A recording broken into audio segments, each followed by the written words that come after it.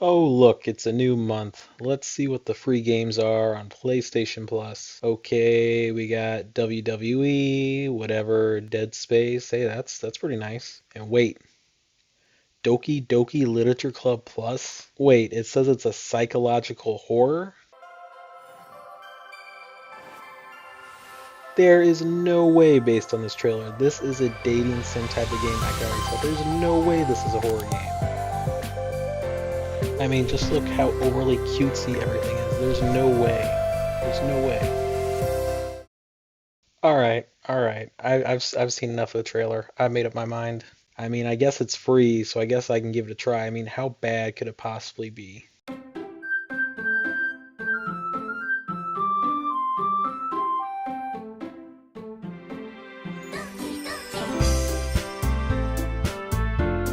Let me just preface this video by saying I was not expecting a game like this to go as hard as it did, and I mean that in all the best ways possible.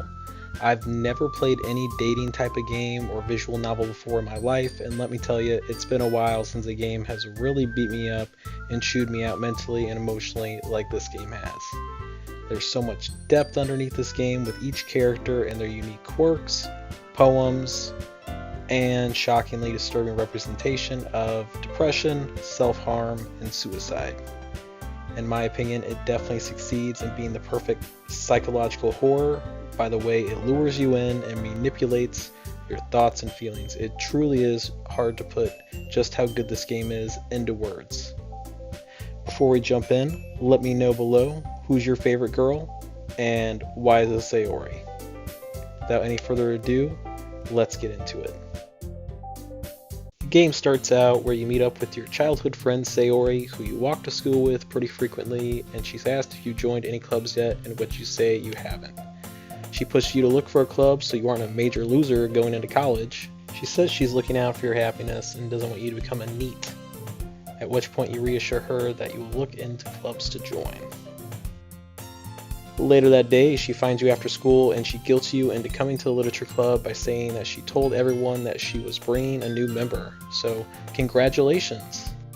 You follow her to the club and are introduced as the new member, and are met with varying reactions from the other members when you're introduced. The first girl to introduce herself to you is Yuri, followed by Natsuki, and finally Monika. During this time, all you can think about is all the cute girls in the club. Natsuki is the cupcake queen and an avid manga lover. She's also a bit of an arrogant girl who's often defensive to protect herself and often has a tough time expressing what she feels and what she wants to everyone in the club. Later on, if you decide to write poems for her, she'll soften up and open up for your affection, which makes her a textbook tsundere. Yuri is the literature and horror-loving bookworm with an intense love for surrealism.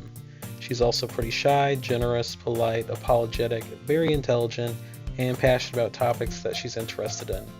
Although she is very insecure, awkward, and has a tendency to act slightly condescending and patronizing to mask her self-doubt, even when she doesn't mean to be. Monika is the president of the literature club. She can be best described as intelligent, confident, and an athletic perfectionist who has an intense love for everyone in the literature club and strives for a desire of order, freedom of topics, and friendliness.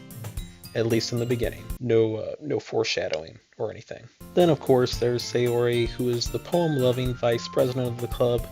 She's a very bubbly, outgoing individual whose biggest priority is to make others around her happy, even at the sacrifice of her own mental health.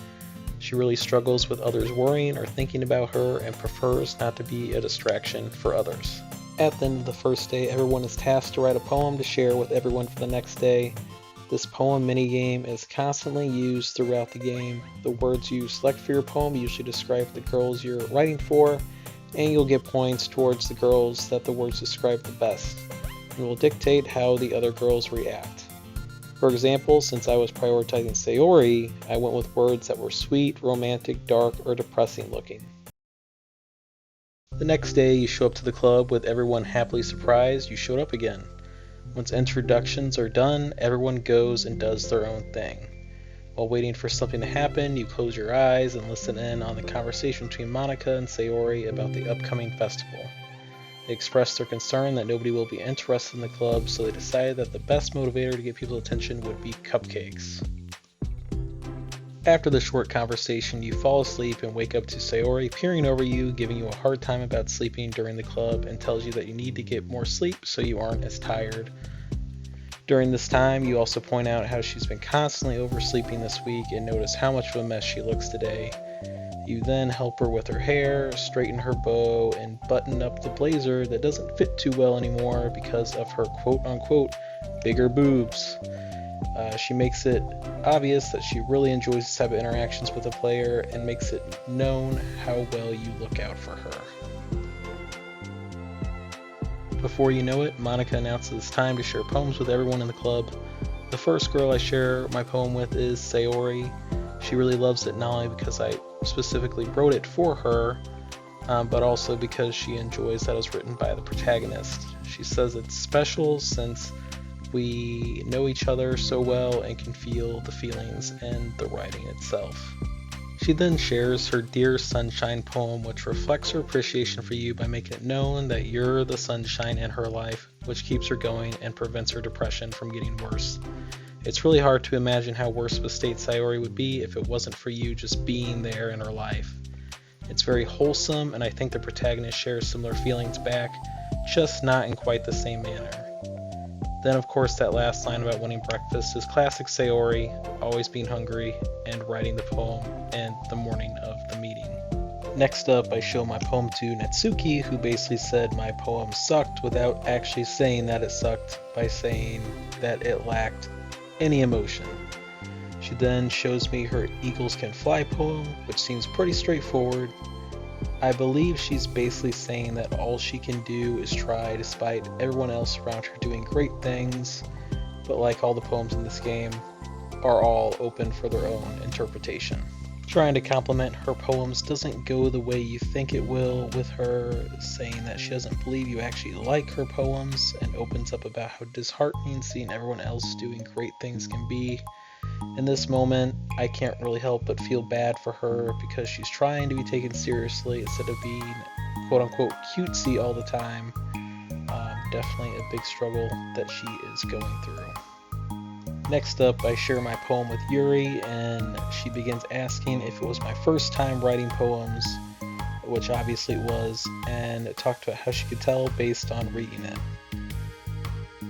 She then stammers back and takes a more reassuring standpoint with this being the first poems we've shared. She then shares her poem Ghost Under the Light, which I have a hard time interpreting. I believe it's about how with new changes can come the acceptance that things in the past may never be the same and may be hard to let go of. Very open interpretation with Yuri's poems. Lastly, I share my poem with Monica, who assures me that it's okay to be embarrassed sharing my poem with her. She then comments how the poem I wrote is something that Sayori would write, and goes on a small discussion about how Sayori and the protagonist have a lot more in common than they might realize. Monica then shares her poem Hole in a Wall, which is a poem about her discovery that she is in a game and she can't unsee what she already knows. She realizes that everything in the game is meaningless, and that the only other real connection she could have is with the player, as all the other girls are just scripted without any real awareness. After sharing poems with everyone, you get caught up in an argument between Natsuki and Yuri on what poem is better. What starts as criticism about the poems turns into personal insults towards each other to try and make the other one look bad towards the protagonist. They eventually turn to you to decide which poem is better, but in this instance, I call on Sayori to help keep the peace between everyone. She does a great job in handling the situation and explains that both writing styles are unique and should be respected. She also then goes on to clarify that Natsuki is cute and how Yuri's boobs are big and beautiful. This then quickly disrupts the argument and causes Natsuki and Yuri to retreat. The day ends with you walking home with Sayori. She has a brief conversation about how happy it makes her that you're able to get along with all the other girls, and on to another poem minigame. On to day 3, where after a brief conversation with Sayori about how hungry she is, she gets smacked in the face with a cookie from Natsuki and rushes off to finish it. After being late to the club, Monica joins, where everyone is teasing her by saying she was late because of a boyfriend. Turns out she was actually practicing the piano and wanted to let the protagonist know that she's looking forward to playing for you when she's more confident in her abilities. As everyone gets settled, Sayori comes up to you to ask if you want to help her search for some stuff to help her with the posters for the upcoming festival. You gladly accept to help, and when Sayori tells Monica that her and you were going to search for supplies, she quickly says that Monica and you should go instead. Sayori pushes back by saying how fun it is to explore empty classrooms, and Monica lets you both go. When you both go to the empty classroom, Sayori begins searching for supplies and hits her head against the shelf and falls down. She brushes you off and tries to tell you not to worry about it, but you end up going to the nearest vending machine and getting some cold apple juice to put on the foam. You bring back the cold juice for Sayori, and she begins talking about how this moment reminds her of your childhood together. She explains that when you both were kids, you would run to the help of Sayori if something bad happened to her and try to comfort her. A lot of times you would blame yourself if she got hurt. You then relate those past memories to her bumping her head and saying how this was all your fault and how you shouldn't have been rushing her. She then mentions that you're always looking out for others and that she hopes that you guys can stay like this forever. You can't make any promises, but hope that things can stay the same. You make your way back to the classroom, and it's time to share poems, and you already know we're sharing our poem with Sayori first. She immediately says that she likes it, and you reveal that it's a lot easier to write poems when you think of Sayori because it allows you to feel more feelings through her. She then asks to have your poem, in which you agree and tell her that you will give it to her when you both walk home together. She then reveals her poem called Bottles, which is personally one of my favorite Sayori poems. This poem describes her reaching into her mind for happy thoughts so that she can make others around her happy. Her friends expect this from Sayori and don't realize how hard it is to put on this happy and positive facade when in reality she's severely depressed and struggles to find any happiness at all to give out. Up next, I shared my poem with Natsuki, and she pretty much gives the same reaction as yesterday's poem. She casually insults us by saying, "How can Sayori hang around someone like us?" This is just a reflection of jealousy because I haven't wrote poems for Natsuki or talked to her very much. She then shows off her poem, "Amy Likes Spiders." This poem likely reflects how despite having certain uncommon interests, others tend to judge without actually knowing the person. This relates to Natsuki's manga interest, where others treat her differently because of it, which makes her defensive to any sort of positive comments on herself. Next is Yuri, who doesn't have too much to say and doesn't even share her poem with us. She thinks that we're mad at her from the argument from yesterday between Yuri and Natsuki.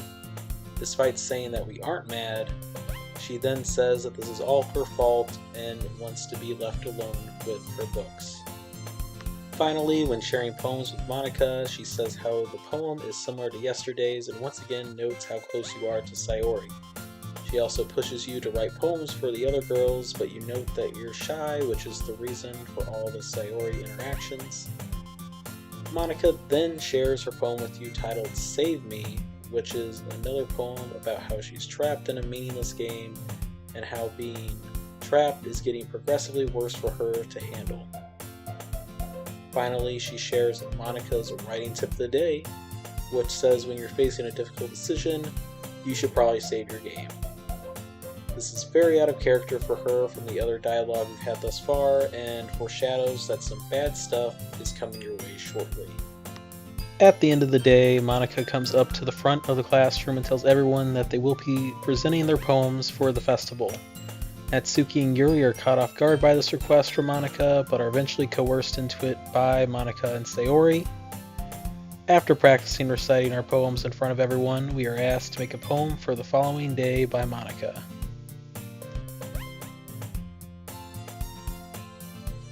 Right before heading out for the day, Sayori asked if you were ready to walk home for the day. During this time, all the other girls overhear this, and each girl makes some statement along the lines of, "Oh, it must be nice." You don't really feed too much into it, and you walk home with Sayori. On the way home, Sayori is being a bit quiet, and when confronted about it, she stumbles with what to say and eventually asks you if you would walk home with Yuri if she asked you to. Here you get two options to choose from, either to say you would walk home with Sayori or with Yuri. In this instance, I chose to walk with Sayori. She then comments how Yuri is so beautiful and smart and how she deserves a chance to walk home with me too. She then once again makes it known that you care too much for her. The day then ends with another poem minigame. Up to this point, nothing drastic has happened, but after playing through this game for a bit, if you pay attention, the game starts to crack a bit with the characters, and you get small glimpses of what each of the characters are like behind the scenes. Finishing yet another Sayori poem, moving on to the next day. On to the next day, after a brief introduction about Monika, Natsuki, and Yuri's excitement about the upcoming festival, you walk up to Sayori, who is sitting in a desk in the corner of the room looking down at nothing. After greeting her, she sort of waves you off and tells you to talk to the other girls. When asked if everything is alright, she says she is and puts on a fake smile in an attempt to throw you off and to leave her alone. She says she doesn't want to distract you from having fun with the other girls, but her alarming comments are impossible to ignore. Still concerned for her, you then go to Monika where you express your concern. Monika then says that she hasn't noticed anything off about Sayori, but decides that she'll go over to talk with her to make sure everything is alright. Before doing that, she mentions that she might be having a hard time opening up about her issues because of the quote-unquote person of interest, which is then clarified as you. She then reveals that Sayori talks about you the most out of everyone at the club. Afterwards, she goes over to Sayori for a talk. Before you know it, it's time to share poems again. Once again, we decide to share with Sayori first. She once again says that the poem is the best one you've made so far. Once again, you bring up how quiet she's been, and she says that she's alright. She says to not worry about her, and she says she only wants to see you smile. She also mentions how you never make any other poems for the other girls, and right here is when the cheery music stops and transitions to a more sad mellow track. You then reveal that the reason for writing only for Sayori is because you both work really well together and have a deep connection with each other. She then gets really upset and says that she doesn't deserve to be cared about, and how this would all be a lot easier if you just hung around the other girls. You ask her again what the problem is and how you can fix it. She once again puts on a non-convincing smile and says that it's nothing before leaving on her own for the day. This has to be one of the saddest moments in the game for me, just for the sake of you trying to figure out Sayori's problem and her not willing to let you in on what's going on. It's especially alarming when she tells you that she doesn't deserve to be cared for and appreciated. Sayori does deserve to be cared for, whether she can see it or not. It just makes you want to give her a big hug and to try and get her the help that she needs. This really taints the mood for me for the rest of the day, but the game goes on. Natsuki is the next reviewer poem. She once again doesn't really have a whole lot to say about it before she gives hers over to us. Her poem, I'll Be Your Beach, is about Natsuki trying to comfort Yuri and saying how she will help carry Yuri's burdens so that she can love herself again. This would imply that despite trying to look tough, Natsuki really does care about Yuri's problems and truly does want to help. Next up is Yuri, who doesn't even bother to speak to us today and ends before it even began. Lastly is Monika, who says that Sayori and our poems are in sync with each other. We then again ask about how Sayori is doing, and she immediately asked us if we've been flirting with her. You say you haven't and have been treating her like you normally do.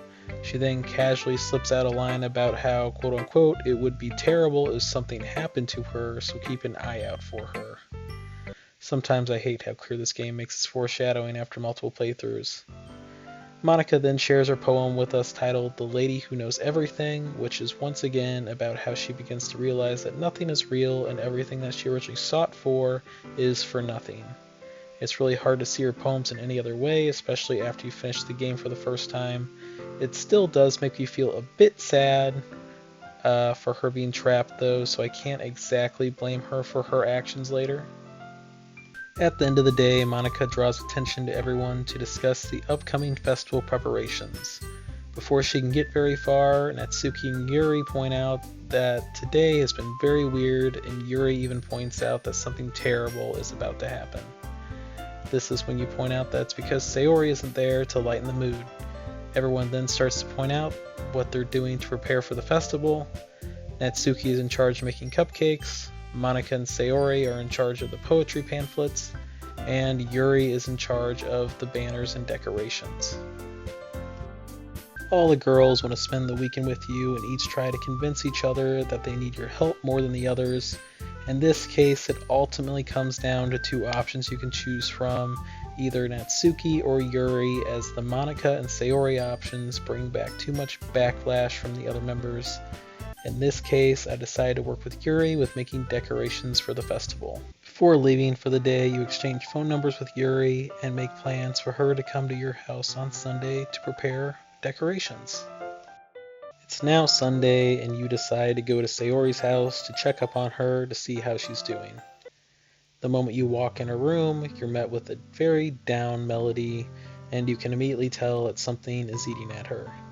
She explains that if things were kept the way they were, she would feel better, but blames herself for expressing her emotions to you and for you worrying about her. When confronted about why she's acting the way she is, she explains that this is how it's always been. We've just never really seen this side of Sayori before. She says that she's been battling really bad depression her whole life. At the same time, she mentions how you making friends with the other girls at the club has made her really happy, but at the same time has caused her to feel like a spear was going through her heart. She continues to tear herself down for making you join the literature club and accepts her feelings as a form of justifiable punishment. You go in to hug her and tell her that you really care about her and that you'll do anything you can to try and make her feel better, despite not understanding her emotions. After Sayori pulls away from the hug, in an attempt to make her feel better, you mention how fun it'll be to spend the whole day together at the festival. She says that would make her happy. You bring up that maybe you should cancel today's plans to be with Sayori for the rest of the day, and she quickly declines and says that she's not good to be around others currently and that you should probably go your own separate way. This whole situation can be incredibly frustrating as the protagonist, since there's nothing you can really do or say to make Sayori better. If you give her attention and then try to care for her, she pushes you away as it hurts for others to care about her, but at the same time, if you hang around the other girls and don't spend much time with her, she also gets hurt because of how much she loves you and has a hard time not being with you. There's truly no winning in this scenario, and with the lack of understanding of depression from the protagonist, he has a hard time relating to her, but in an effort still tries his best to try and make Sayori feel better despite not knowing what to do. We then head back home to work on the decorations with Yuri. When we get back, we notice how early Yuri is and go to the bedroom to begin working. She suggests mood lighting and aromatherapy to help with the creativity of the decorations. As decorating begins, Yuri pulls out a decorated pocket knife, and she reveals she has an interest in knives, saying how the craftsmanship and danger interest her. She then offers for you to look at it, and when picking up the knife, you accidentally cut yourself. Yuri then takes your bleeding finger and decides to put it in her mouth. In an effort to not make her embarrassed, you take Yuri's hand and lick her index finger. After a while, you both begin the next task, and you leave the room to go get some water cups for the paint. You then come back with the cups of water and begin to notice Yuri's red face and her quickly rolling down her sleeves. At the same time, you don't think much of it and help finish painting the banners. During this time, you share a close moment with Yuri where you wipe some paint from her face while she holds your hand to her neck.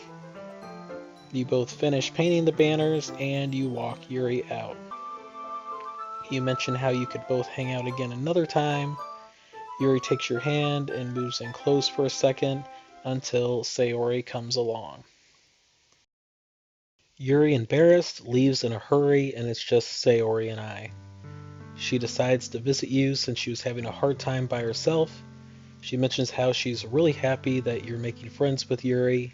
Despite saying how that makes her happy, she can't help but start crying.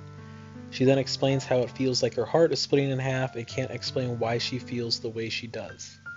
She once again states how if she wasn't here, then you wouldn't have to waste your sympathy on her. She then makes a key statement in this moment saying that Monica was right, which gives implications that Monica is behind making her feel worse about herself. You then try to comfort her and say again how much you care for her and how you're going to do whatever you can to help her. She mentions how she's scared that she likes you more than you like her, and even states that she likes you so much that she wants to die. You then step in and say you know what Sayori needs most at this time, and ultimately you have two options to choose from. You get the option to confess your love for Sayori, or say that you'll always be her best friend.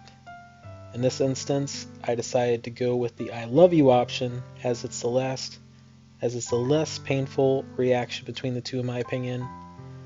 After confessing your love to Sayori, you embrace for a hug, and despite this being a very heartwarming moment, Sayori says that she's supposed to be happy, but still feels nothing but sadness. You try to reassure her that everything will be okay and that it will take time for things to feel better. In an effort to help lighten the mood, you bring up how tomorrow will be your first official date with Sayori at the festival. Sayori then makes it known that she doesn't want to look at it that way for now, as she's still recovering. While process her feelings, Sayori says that it feels like a bunch of thorns when you told her that you loved her, but she says that she trusts you to know what's best for her. You then both go on your separate ways, and both look forward to seeing each other at the festival tomorrow.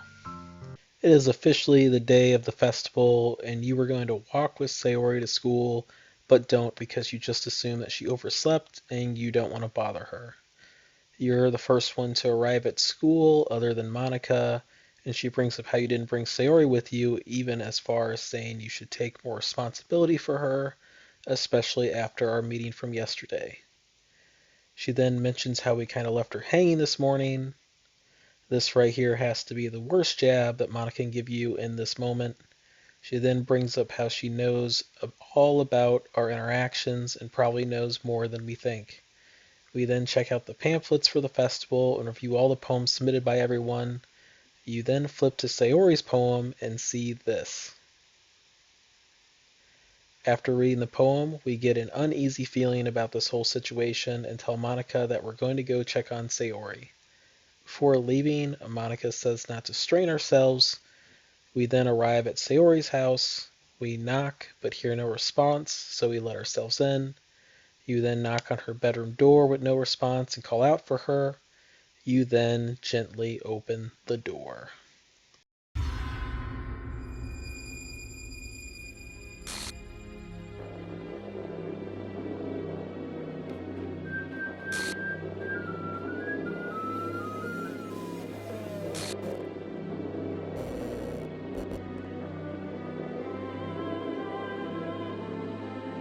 Your words escape you as this was the last thing you expected to see on a day like today. You just think to yourself that this can't possibly be real. It has to be a nightmare. You're in denial and say that Sayori would never do this, mentioning how she was normal just a few days before. You then go back to what you said to her about knowing what's best for her and that everything was going to be okay. You then start to blame Sayori's death on yourself by saying that confessing to her wasn't the right thing to do and how selfish you were to put her in this situation. You then go over all the what ifs on how this all could have been avoided. You mentioned how nothing you can do now will ever bring her back. Never. You then get flashed with an end screen before the game reboots back to the main menu with a slightly different look, but the same cheerful song to end Act 1.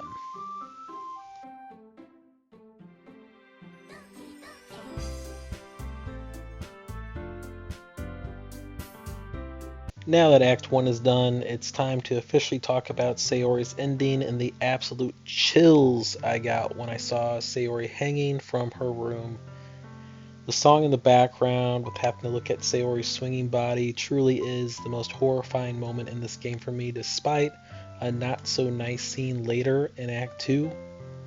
If you paid attention to Sayori swinging when you first enter the room, you can see her hands are bloody, which makes it seem like after deciding to hang herself, she changed her mind and tried to free herself from the rope, but couldn't, so she slowly asphyxiated instead. The first time I played this game, I only got through Act 1, and I think that might have been the worst possible place to stop the game, but at the same time I simply couldn't go forward with the rest of it after seeing her death. It's something even now, while editing this video, I still get the chills thinking about. I couldn't go to sleep afterward because I kept thinking that my decision would actually affect what happened to Sayori. Little did I know at the time that my decision was meaningless. This game does such an amazing job at making you care for each and every character, and in that moment you can't help but feel just a sense of dread and your stomach drop. I can't remember the last time I actually felt so bad about a character in a game where it had me thinking about it days later. Sayori deserved better, and I understand while Dan Salvato made Act 1 end the way he did, it doesn't make it any less significant and is a key moment in the game which uses that cute front to lower your guard and then hits you really hard right when things are starting to look up. I can't say what happens in the following acts isn't shocking, but this is the first death that really sets the tone for what's to come. Rest in peace, Sayori.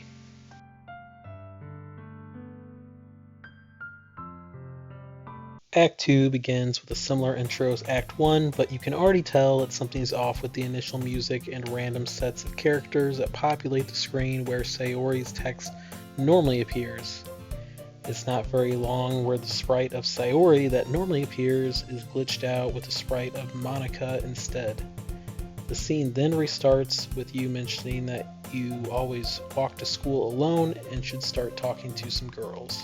You arrive at school and finish out the school day when Monica glitches her way on your screen. She then claims to come into the classroom for supplies for her club. We then get some duplicate text about how she was in the debate club and how she now started her own club. She mentions how there are only 3 members thus far. She then tries to convince you to check out her club with a smile. You agree and follow her to the literature club.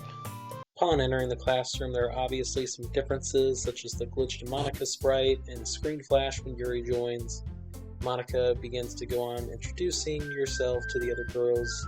Not a whole lot of this dialogue is different from the first act thus far, so I'm not going to be as in-depth as I was previously. The biggest difference so far is that Yuri is now the vice president of the club. You sit down for cupcakes and tea while going through the same generic conversations with the other club members. There are a few small differences in dialogue, such as when Yuri brings up her interest in reading horror, and instead of Monica saying that she's surprised by this like in Act 1, she says she's not surprised in Act 2. Very subtle difference that can be easy to miss. We then end the day with Monica telling us all to write poems to bring to the club tomorrow. This is when you start to unlock secret poems. In this moment I got a poem that just said the words, "Can you hear me?" followed by a laugh after closing it. Very creepy to say the least.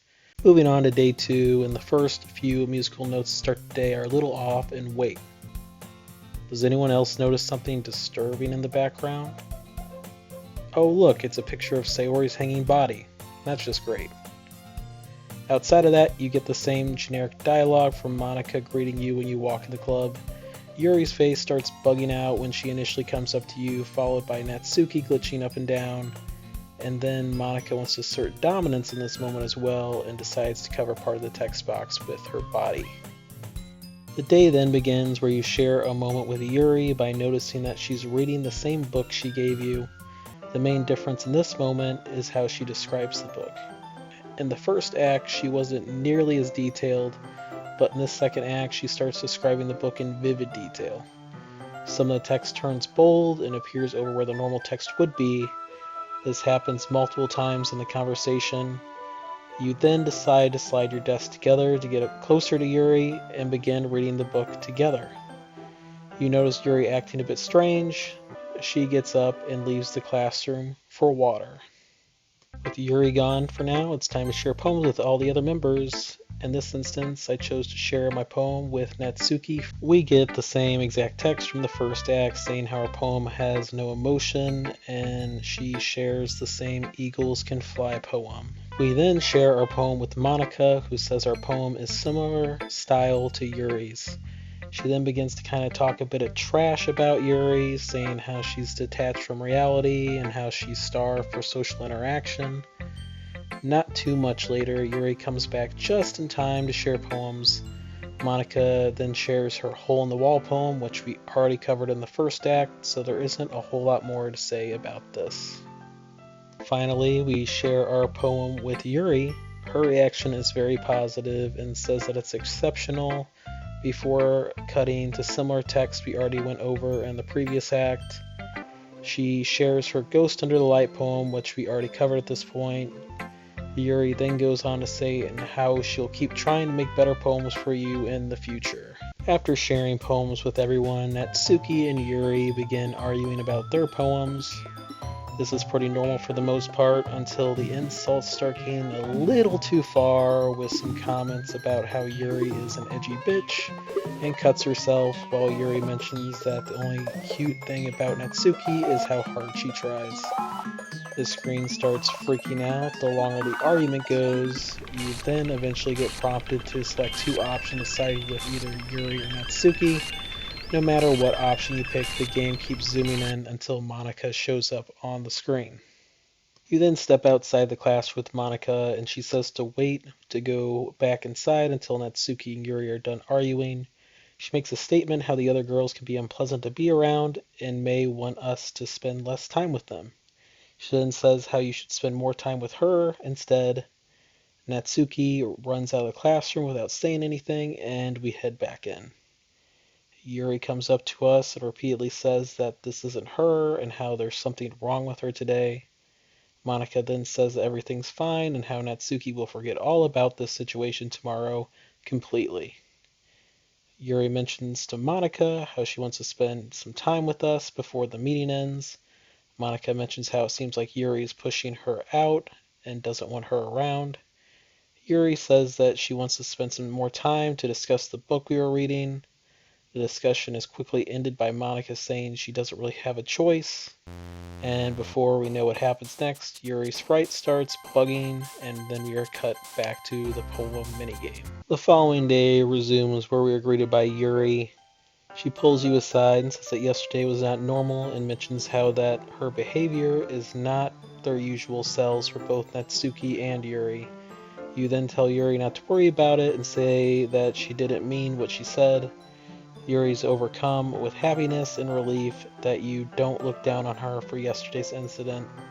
Shortly after, Natsuki comes over to ask where Monika's at. Then Natsuki addresses Yuri by asking why she's looking at her weird. Yuri is caught off guard by this comment and says how she's sorry for what happened yesterday. In this moment, Natsuki doesn't recall what Yuri's even talking about and asks if she did something wrong. We would then get to the blocky text that pops up over Natsuki, basically saying that whatever argument it was about wasn't important and how Yuri is the type to worry too much. Regardless of what happened yesterday, Natsuki accepts Yuri's apology. Monica finally arrives and she mentions how she was late because she was practicing piano. Everyone then breaks out and Yuri comes up to me. Yuri asked if we want to spend some time together in the club. We gladly agree and say that we are looking forward to spending more time with her. Before we begin, Yuri sets up to make some tea and leaves the classroom to get some water. As she leaves, Monica comes up to us and asks if Yuri's left us again. We quickly say no, and Monica leaves. 10 minutes go by, and now concerned for Yuri, we go out of the classroom to go find her. Going down the hallway, we start to hear laughing and a sharp inhale. As we go around the corner, we call out for Yuri, and she turns around for us to see that Yuri was spending this time cutting herself. The game then modifies itself so that the incident didn't happen, and you're teleported back to the classroom. Back in the classroom, while Yuri begins making the tea, you mention how she seems to be in a really good mood, and she mentions how easy it is expressing herself more when she's around people she enjoys. You then both go on to read on the floor because it's easier on Yuri's back. While reading, you grab a chocolate and put it in your mouth, followed by taking another chocolate and put it in Yuri's mouth. The music then cuts off and Yuri starts breathing heavily. She mentions how she's having a hard time calming down and says how she can't focus on anything but you. She only wants to look at you. The camera then zooms in on her face and she starts laughing to herself over and over again before Monica interrupts and says that it's time to share poems. I decided to share our poem with Yuri first today. She really enjoys it and says it was better than the previous poem we wrote. She then mentions how she's having a hard time concealing her emotions. Before we can reassure her feelings, she hands us her poem titled Wheel. This is a new poem which is a more graphic, which basically kind of describes her descent into madness. Yuri's always very expressive in her poems, and this one is a bit all over the place. This poem likely describes her inability to properly express her feelings. Yuri then describes how she used your pen to write the poem. She then mentions how you're touching it and gets really weird about it before dismissing the conversation. Next up, we share our poem with Natsuki. Before sharing, she mentions that we've been hanging around Yuri a lot recently. Not that she's jealous or anything. She then presents her Amy Likes Spiders poem, which we already covered in Act 1. Lastly, we decided to share a poem with Monica. Before we can share, she mentions how we might have saw some things we weren't supposed to see and says that it's dangerous to spend so much time with Yuri since she has a hard time expressing her feelings and instead hides to go cut herself. Monica really digs in on her by saying how messed up that is and even bringing up her knife collection. She mentions how we've been enabling this behavior, but not on purpose. Oh, and hey, while you're at it, make sure you spend some more time with me. Monica then shares her Save Me poem, which we already covered at this point. After reading the poem, the game then stutters a bit. Monica then shares her writing tip of the day, which she talks about saving the game, but instead of getting the regular text, she decides to break the fourth wall instead. We then unlock a new secret poem before going back to the classroom where the screen turns red. Monica brings everyone up to the front of the classroom to discuss the festival. The screen then goes black before fixing itself. All the other girls aren't too motivated to help with the festival, and Monica mentions how everyone's been acting more lively since we joined. Natsuki decides to jump in and says there's no point in doing the festival since they're already officially a club, and how Yuri never talked before we decided to join. Natsuki likes being in the club more than being at home and points out how the protagonist isn't even interested in literature either. When Monica confronts Yuri and I about wanting more members, we both feel indifferent about it. Before jumping in, Monica mentions that Natsuki is right about all this and how the club is just a place for a few people to hang out. Monica then asked us why we joined the club and mentions how we really weren't given much of a choice. Monica sits down, stares at her desk before pondering the purpose of the club that she created. Natsuki jumps in and says that the club was once a nice place but doesn't feel welcome with the way that Monica is trying to take it and leaves the classroom. Yuri says that the situation is bad before cutting to a glitched out sprite of Yuri and text saying, "Who cares about that obnoxious brat?" Text keeps switching back and forth between normal and not normal with Yuri. Yuri then asked what's important about the club, and you say that the best thing for the club is for everyone just to get along. Yuri mentions how everyone brings their own unique personalities to the club, and stepping out of your comfort zone can be helpful. No matter what we decide to go, Yuri supports our decision. The day then ends with Monica saying that we'll discuss the festival tomorrow instead. Before leaving, Yuri asks if we're ready to go. Monica then says she's going to chat with us before leaving, and Yuri then leaves the classroom. With everyone gone, Monica mentions how things have been very hectic lately. As the classroom darkens, she says she wants to make sure we're having a good time with the club despite some difficulties. She then makes it known that it feels like we're the only real people here.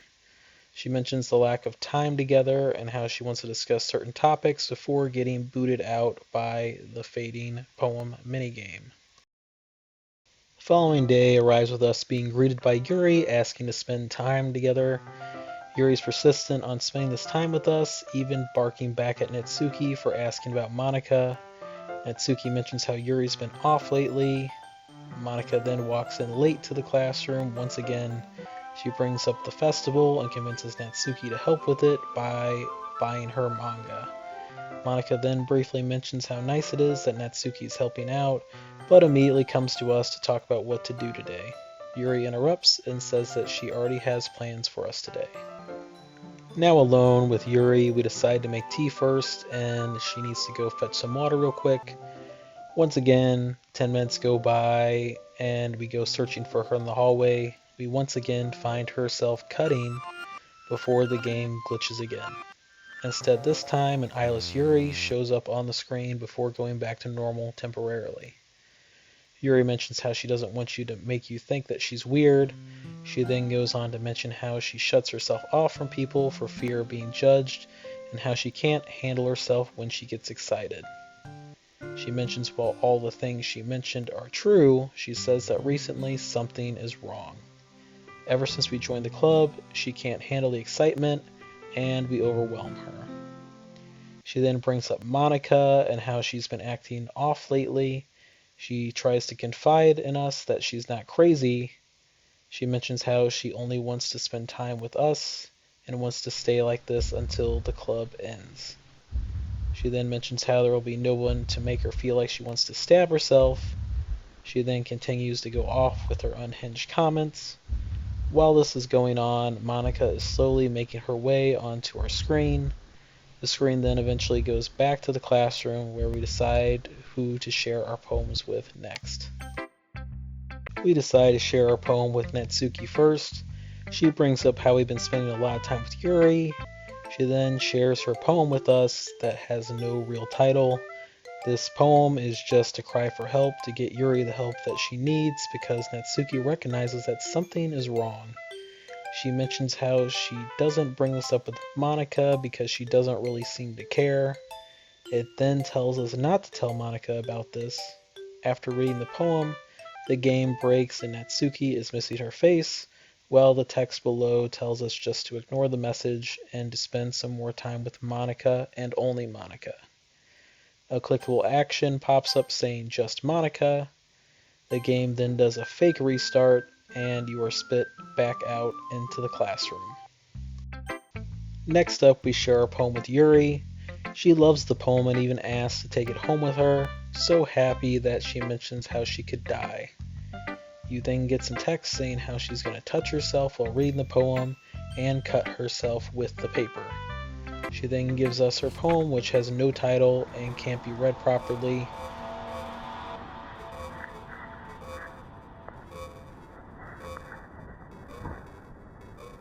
When finished reading, Yuri comes close to the screen and asks if you liked it. Text starts freaking out, and she mentions how she peed on the paper to give you her scent. She then comes to her senses and rushes off the screen. We then share our poem with Monika, but the only text we get from her is how she warned us. It's now time to discuss festival preparation with Monika. She brings everyone up to the front of the classroom and says how she just wants to get this over with.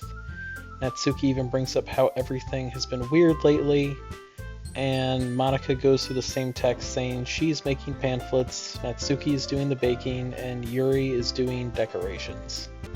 Before we even get asked who we want to help this weekend, Monika steps in and says we're helping her whether the other girls like it or not. Yuri and Natsuki both step in and say how ridiculous this all is. Before you're able to make a decision on who to help, Natsuki and Yuri are at each other's throats, throwing around insults to each other. When we finally get the chance to decide who to help, all the choices change to Monika when you hover over all the other girls, which prevents you from choosing anyone else even if you tried. By default, you pick Monika, and the other girls point out how unfair this whole situation is. Monika mentions how unreasonable Yuri is being with all this, and the music immediately stops. Yuri then self-implodes and starts going off on Monika, even as going as far to tell her to kill herself. Natsuki, concerned for Yuri, tries to step in, but is quickly dismissed by Monika, with her saying that they should probably just leave. Before leaving, Monika says that Yuri sure is something, and laughs. It's now just Yuri and you in the classroom. She mentions how you both can finally spend time together and even suggests to go to Yuri's house. She finally admits that there's something wrong with her, but she says that she doesn't care anymore and says that she's addicted to you. She then casually mentions how it feels like something horrible is going to happen. Yuri says that she's madly in love with you and even loves you so much that she touches herself with the pen that she stole from us. She then asks us if we love her back and accept her confession. We of course say no in this situation because Sayori. Then Yuri then laughs to herself repeatedly, then stabs herself to death with her knife.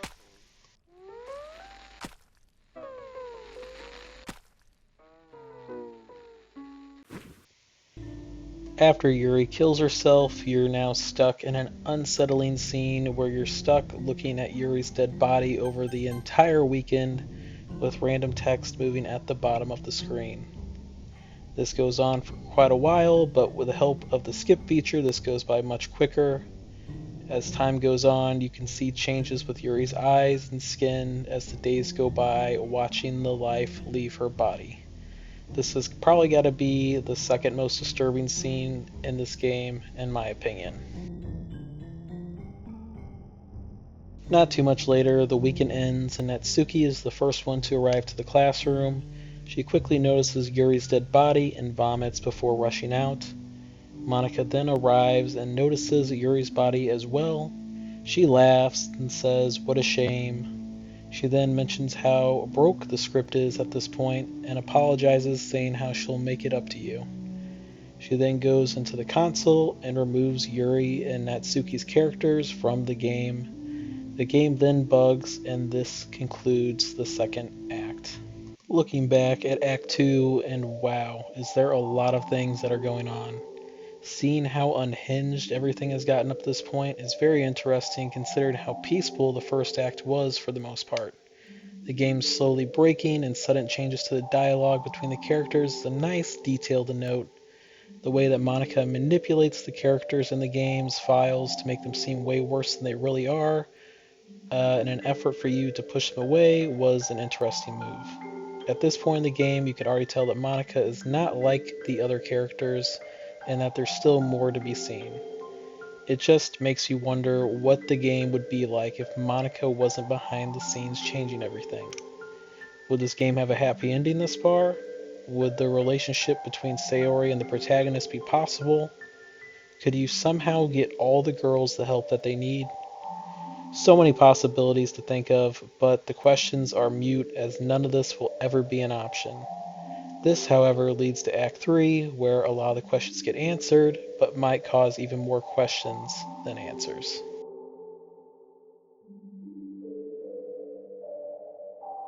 Act 3 then opens up with a fake distorted restart followed by a black screen with Monika asking if you're there. She then shows up on screen where it's just the two of us and nobody else. She then immediately breaks the fourth wall and mentions how she's talking to you and not the character in-game, even bringing up my PlayStation profile name. Monika mentions to you that she realizes that this whole thing is just a game and begins explaining the situation with Yuri and Sayori. She explains that she was messing with their code and accidentally caused them to kill themselves. She doesn't feel too bad about this and just kind of sums it up as, oh well, mistakes happen. She then explains that watching all the other girls confess to you while Monika just watches from the side, it was torture for her since she's the only person in the game, and knowing the other girls don't have free will and that there will never be a chance for her to experience the real world. Now that you're here, that's all that Monika cares about and is looking forward to is spending time alone together. She says that you saved her life and wouldn't be able to go on without you. Monika then confesses her love to you as well, and she looks and asks you if you'll go out with her. In this moment, you can only say yes, as there's no other options to choose from. She once again says how it's nice that it's just the two of us, and starts saying how easy it was to delete Natsuki and Yuri from the game, even giving the folder where all the characters are stored. This is a huge hint on what to do when you feel like you're done with Monika. You're then forced into writing a poem for Monika. At this point in the game, it's so messed up that the poem screen is breaking. No matter what you select, Monika will be happy with the poem that you write. After praising your poem, Monika shares her poem that she wrote for you titled Happy End, which describes her situation where everything around her is crumbling, but as long as she's with you, she can be happy and have a truly good ending. She explains how all of her poems were about how she's trapped in a game and didn't want to make it too clear so you wouldn't be mad because she didn't want you to delete her character file. Wink wink, nudge nudge. You then get to the part of the game where the game opens up and Monika every once in a while will talk to you about random thoughts and feelings. Fun fact that you may or may not have known, but Monika has around 54 different topics to bring up in this time if you allow her to keep speaking. These topics will eventually repeat if you listen to them all. They can be pretty interesting, so if you have the time to listen to a few, I definitely would. In order to proceed with the game, at this time you need to go back to your desktop and navigate to the character files and delete Monika's character. After doing so, go back into the game and Monika will then notice that there's something wrong while her sprite is glitching on the screen. In an attempt to fix what's wrong, she goes in the console and checks if her character still exists. It of course doesn't, and she finds out that we deleted her, and she asked why we would do this. She then says that we win, and since we ruined the game, we can just quit now. The game then fades to black for a moment before text from Monika shows up where she says that she still loves us. She mentions everything she did was selfish and disgusting and ruined the world that we were trying to be a part of. Monika then admits that she didn't actually delete all the characters because they were all her friends and that she loved them too. Monika then decides to fix the game and concludes Act 3. With Act 3 concluded, a lot of the truth comes out from Monika on why she was doing everything that she did behind the scenes. It absolutely makes sense through her lens that this is all just a game. A very thought-provoking game with interesting characters, but a game nonetheless. The best way to describe how she looks at game characters is probably how you would look at killing a random civilian in a game like Grand Theft Auto. You probably don't think too much of it in the moment and just move on with your day. While she does love the Literature Club and all the members, she does keep this game aspect in her mind. Her being different than all the other girls makes it hard to live with herself, as all she knows is suffering and pain, with no chance to ever escape the prison surrounding herself. This isn't meant to sound like Monika is completely justified in her actions, but I also understand why she did what she did. I can't be mad for wanting something more for her life than what she has. She does sound sorry for ruining the experience for you and begins to recognize that no matter what happens, nothing will change for her, so she just accepts it and tries to make things right with the player by trying to fix the game, thus leading us to the final act, Act 4.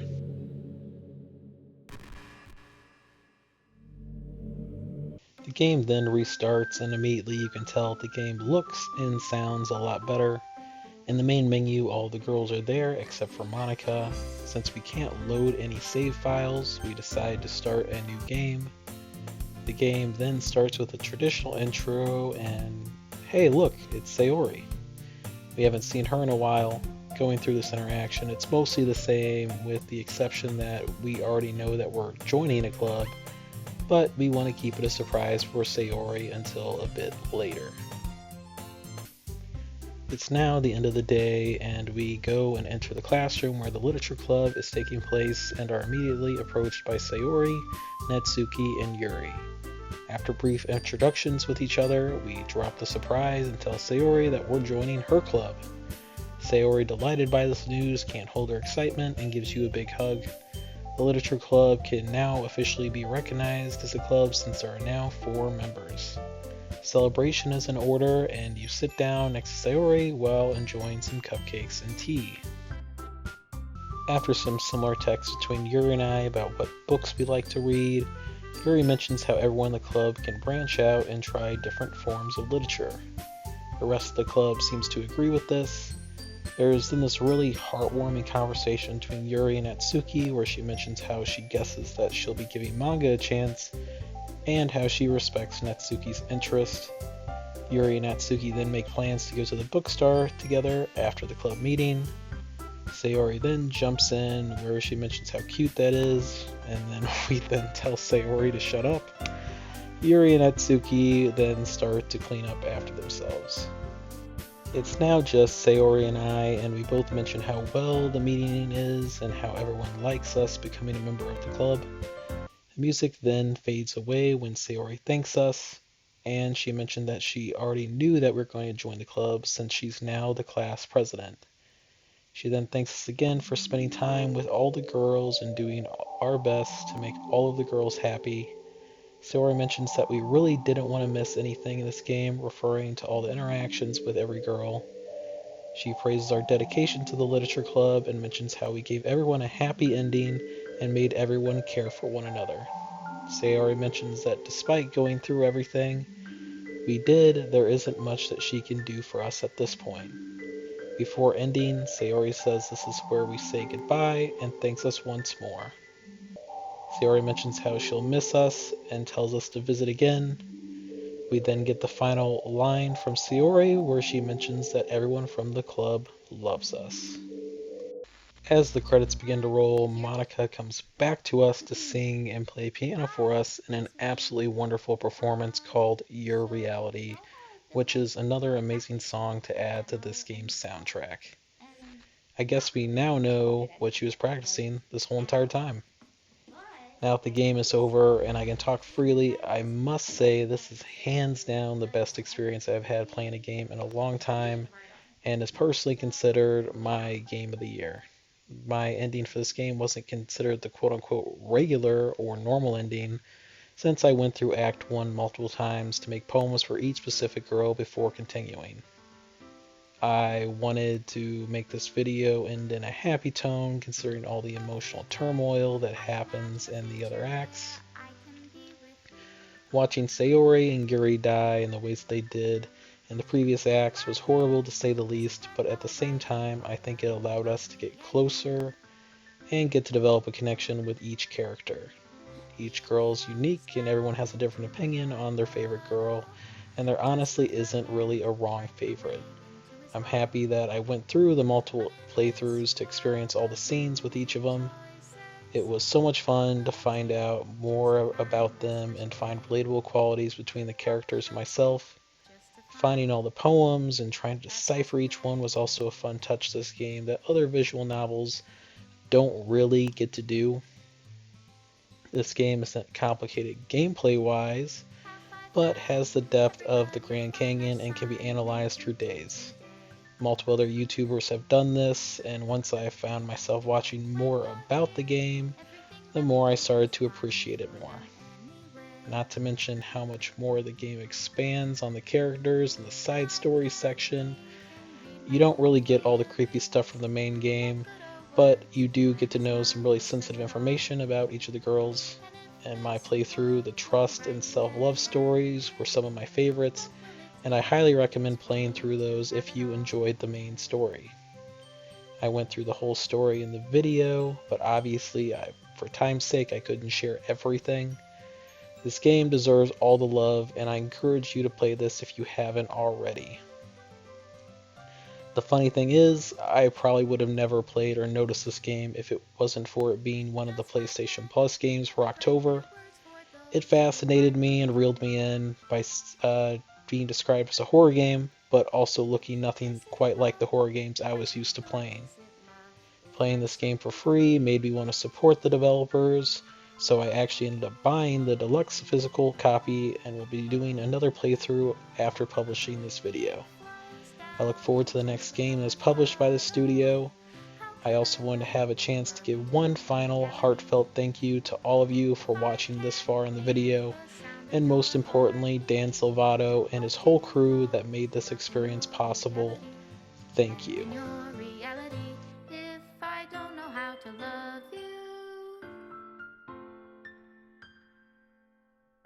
leave you be.